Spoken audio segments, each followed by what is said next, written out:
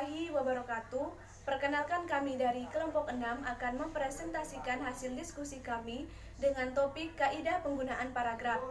Di sini saya Asmaniarsi sebagai moderator dan teman saya Cindy sebagai pemateri pertama, Sapitri sebagai pemateri kedua, Dewi sebagai pemateri ketiga, yang terakhir Lisa sebagai pemateri keempat.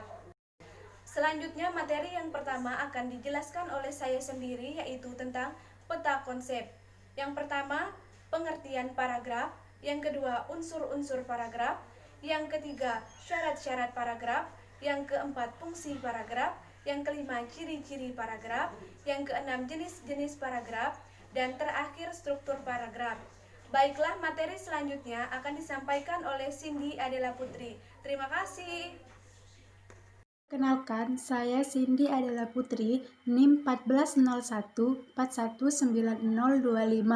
Di sini saya akan menjelaskan pengertian paragraf. Apa itu paragraf? Paragraf merupakan sebuah kumpulan dari kalimat-kalimat yang berisi tentang satu ide pokok atau gagasan utama. Sebuah paragraf yang baik akan memberikan bantuan pembaca serta penulis dalam membuat artikel yang baik, serta memperbaikinya. Tanpa adanya sebuah keteraturan dalam menyampaikan ide atau gagasan dalam paragraf, sebuah artikel atau karya tulis akan membuat tulisan yang kita buat tidak terasa dan akan membingungkan pembaca dan bahkan penulisnya untuk tetap mengembangkan artikelnya. Pengertian paragraf menurut KBBI atau Kamus Besar Bahasa Indonesia adalah bagian bab dalam suatu karangan yang biasanya mengandung satu ide pokok dan penulisannya dimulai dengan garis baru. Selanjutnya, saya akan menjelaskan apa saja unsur dalam paragraf. Yang pertama, topik atau gagasan utama.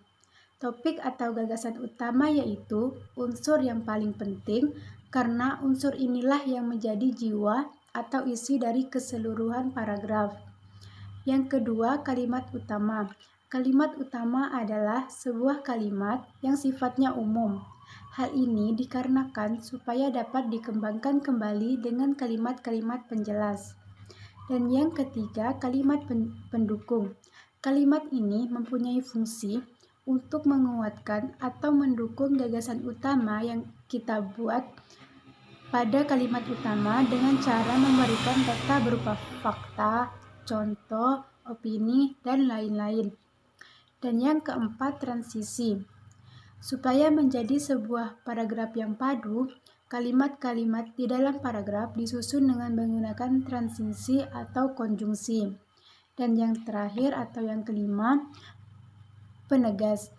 Fungsi dari penegas ini yaitu untuk menambah daya tarik sebuah paragraf, menghindari kebosanan saat membacanya, dan sebagai penegas atau pengulang gagasan utama. Baik, itulah penjelasan dari saya. Materi selanjutnya akan disampaikan oleh Saudari Sapitri. Ya, apa saja sih syarat-syarat dari paragraf? Yaitu kesatuan atau unity. Yang dimaksud dengan kesatuan yakni suatu paragraf yang harus dibangun dari satu pikiran yang jelas.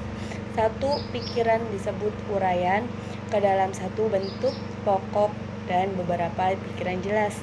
Hubungan pikiran yang satu dengan pikiran lainnya menandakan bahwa paragraf tersebut sudah memiliki kesatuan. Selanjutnya adalah kepanduan. Terwujudnya dari hubungan kompak antara kalimat terbentuknya paragraf. Kepanduan yang baik terjadi jika hubungan timbal balik antara kalimat yang wajar dan kalimat yang mudah dipahami. Ada beberapa cara supaya paragraf mempunyai kepanduan yang kompak, yakni dengan memakai kata ganti, kata hubung, serta perincian dan urutan pikiran. Selanjutnya adalah kelengkapan. Suatu paragraf dikatakan lengkap jika berisi kalimat-kalimat penjelas yang cukup untuk menunjang kalimat pokok. Apa sih fungsi paragraf itu? Paragraf berfungsi untuk mengapresiasikan gagasan dalam bentuk tulisan dengan memberikan suatu bentuk pikiran dan perasaan dengan serangkai kalimat yang tersusun secara logis dalam suatu kesatuan. Selanjutnya berfungsi untuk menandai peralihan gagasan baru bagi karangan yang terdiri dari beberapa paragraf. Ganti paragraf berarti ganti pikiran juga. Fungsi untuk memudahkan dalam mengorganisasikan gagasan bagi penulis dan memberikan kemudahan pemahaman bagi pembaca. Berfungsi untuk memudahkan dalam menggambarkan topik karangan ke dalam suatu unit pikiran yang lebih kecil. Dan berfungsi untuk memudahkan dalam pengendalian variabel, terutama karangan yang terdiri dari beberapa variabel. Perkenalkan, nama saya Nur Dewi Hidayah, NIM 14014190001. Di sini saya akan menjelaskan mengenai ciri-ciri paragraf dan jenis-jenis paragraf. Yang pertama yaitu ciri-ciri paragraf, yaitu bertaku atau letaknya agak dalam, ke dalam 5 ketukan spasi untuk jenis karangan yang biasa. Yang kedua, paragraf menggunakan pikiran utama yang dinyatakan dalam kalimat topik. Yang ketiga, kalimat topik dan selebihnya adalah kalimat pengembang sebagai fungsi penjelas, menguraikan ataupun menerangkan pikiran utama yang terdapat dalam kalimat topik. Selanjutnya, paragraf menggunakan pikiran penjelas yang dinyatakan dalam kalimat penjelas. Selanjutnya, mengenai jenis-jenis paragraf. Jenis-jenis paragraf. Paragraf pembuka, letaknya di awal sebuah wacana. Paragraf penghubung, letaknya di antara pembuka dan penutup pada sebuah karangan. Yang ketiga, paragraf penutup. Paragraf yang letaknya di akhir sebuah karangan. Paragraf ini berfungsi sebagai penutup pada sebuah karangan. Jenis paragraf berdasarkan posisi kalimat utamanya. Yang pertama, paragraf deduktif. Paragraf yang posisi gagasan pokok atau kalimat utamanya di awal sebuah paragraf dan bersifat deduksi. Yang kedua, paragraf induktif. Paragraf yang posisi gagasan pokok atau kalimat utamanya di akhir sebuah paragraf dan bersifat induksi. Yang ketiga, paragraf deduktif induktif. Perpaduan antara paragraf deduktif dengan paragraf induktif. Baiklah, saya Lisa Maulina, NIM 14014190037. Selanjutnya adalah paragraf ineratif. Paragraf ineratif adalah paragraf yang posisi gagasan pokok atau kalimat utamanya terdapat di tengah paragraf. Selanjutnya adalah paragraf berdasarkan kontennya. Yang pertama, paragraf naratif.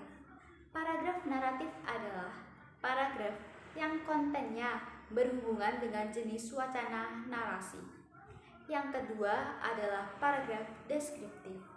Paragraf deskriptif adalah paragraf yang kontennya berhubungan dengan wacana deskripsi. Yang ketiga adalah paragraf ekspositori. Paragraf ekspositori adalah paragraf yang isi kontennya berhubungan dengan wacana ekspositori. Yang keempat adalah paragraf argumentatif. Paragraf argumentatif adalah paragraf yang kontennya berhubungan dengan jenis wacana argumentasi. Yang kelima adalah paragraf persuasif. Paragraf persuasif adalah paragraf yang kontennya berhubungan dengan wacana persuasi. Selanjutnya adalah struktur paragraf. Struktur paragraf dibagi menjadi 7. Yang pertama, paragraf terdiri atas transisi kalimat, kalimat topik, kalimat pengembang, dan kalimat penegas. Yang kedua, paragraf terdiri atas transisi berupa kata, kalimat topik, kalimat pengembang, dan kalimat penegas. Yang ketiga, Paragraf terdiri atas kalimat topik, kalimat pengembang, dan kalimat penegas. Yang keempat, paragraf terdiri atas transisi berupa kata, kalimat topik, dan kalimat pengembang. Yang kelima, paragraf terdiri atas transisi berupa kalimat, kalimat topik, dan kalimat pengembang. Yang keenam, paragraf terdiri atas kalimat topik dan kalimat pengembang. Yang ketujuh, paragraf terdiri atas kalimat pengembang dan kalimat topik. Demikianlah presentasi dari kelompok 6. Apabila terdapat kesalahan, kami mohon maaf. Wallahul muwaffiq ila aqwamit thoriq. Wassalamualaikum warahmatullahi wabarakatuh.